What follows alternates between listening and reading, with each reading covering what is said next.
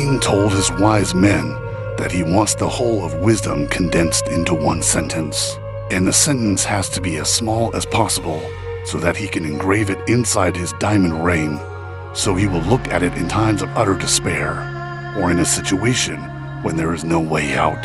They were all wise men. They all were great scholars. They could have written great treatises. But to give him a message of not more than 3 or 4 words appeared to be a challenge. They thought.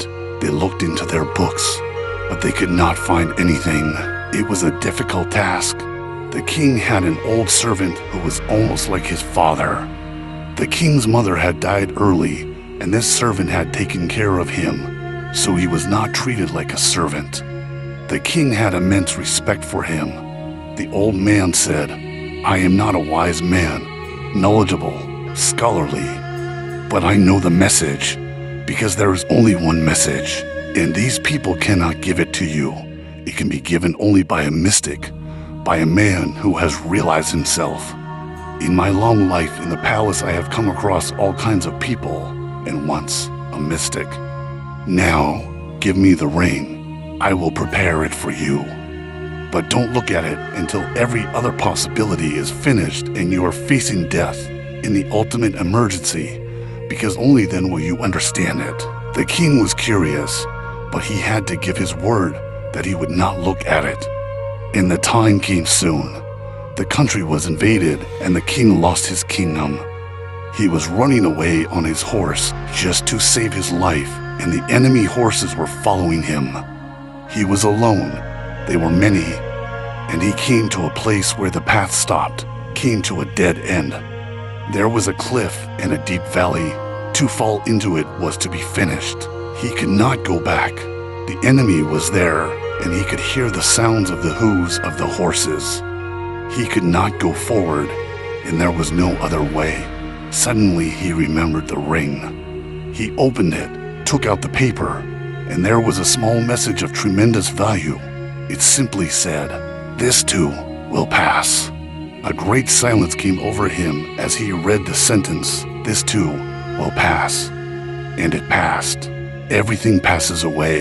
Nothing remains in this world. The enemies who were following him must have got lost in the forest, must have moved on a wrong way. The hooves slowly were not heard anymore. The king was immensely grateful to the servant. Those words proved miraculous. He folded the paper, put it back into the ring, gathered his armies again, and conquered his kingdom back. In the day he was entering his capital, victorious, there was great celebration all over the capital, music, dance, and he was feeling very proud of himself. The old man was walking by the side of his chariot. He said, "This time is also right. Look again at the message." The king said, "What do you mean? Now I am victorious. People are celebrating. I am not in despair. I am not in a situation where there is no way out." The old man said, "Listen, this is what the saint has said to me. This message is not only for despair, it is also for pleasure.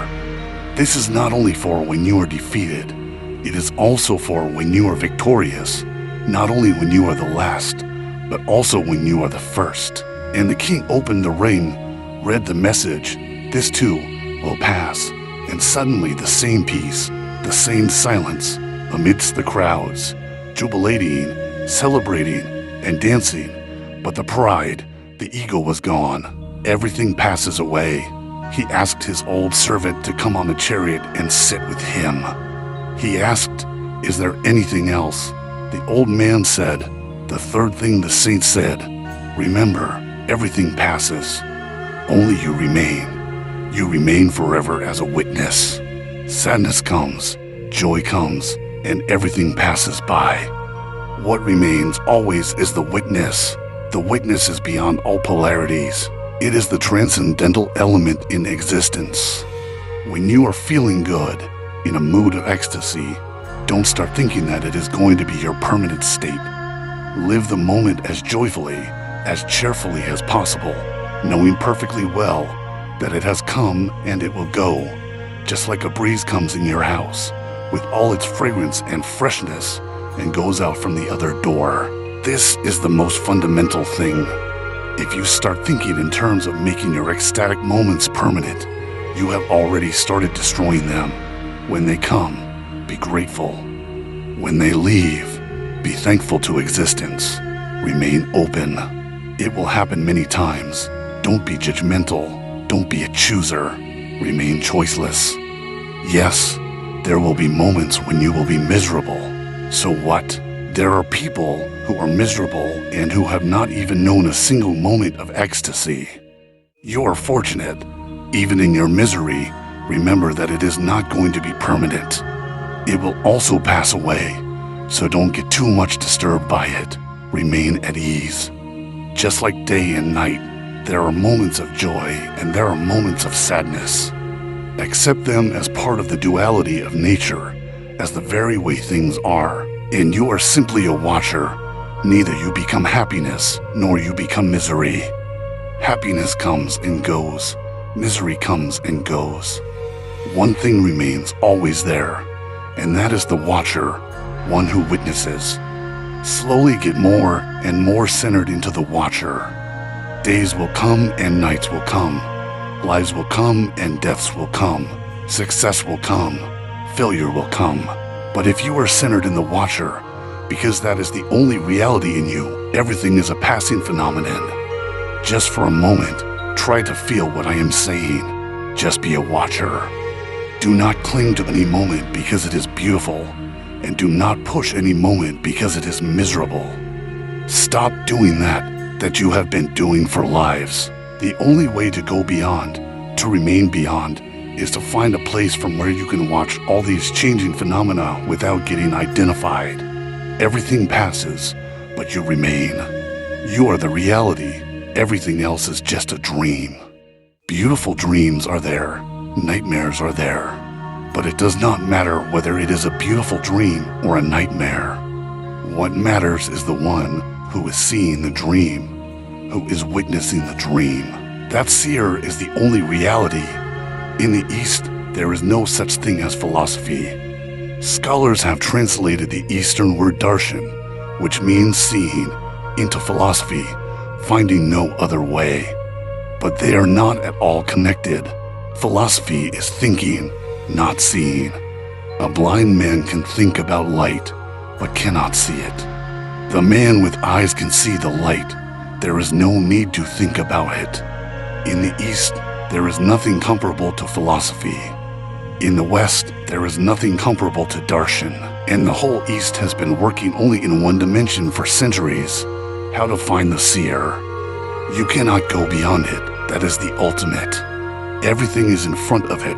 It is behind the whole reality, and everything goes on changing. You are a child. You will become young. You will become old. You are alive.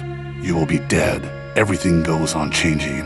But the seer, the one who is witnessing, is something absolutely eternal. Just a little glimpse of it and all your problems will start disappearing, because a totally new perspective will arise, a new vision, a new way of life, a new way of seeing things, seeing people, responding to situations.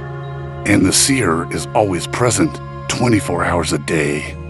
Whatever you are doing or not doing, it is there. It has been there for centuries, for eternity, waiting for you to take note of it. Perhaps because it has been always there, that's why you have forgotten it. The obvious is always forgotten. Remember it when you are feeling well, when you are feeling a euphoria.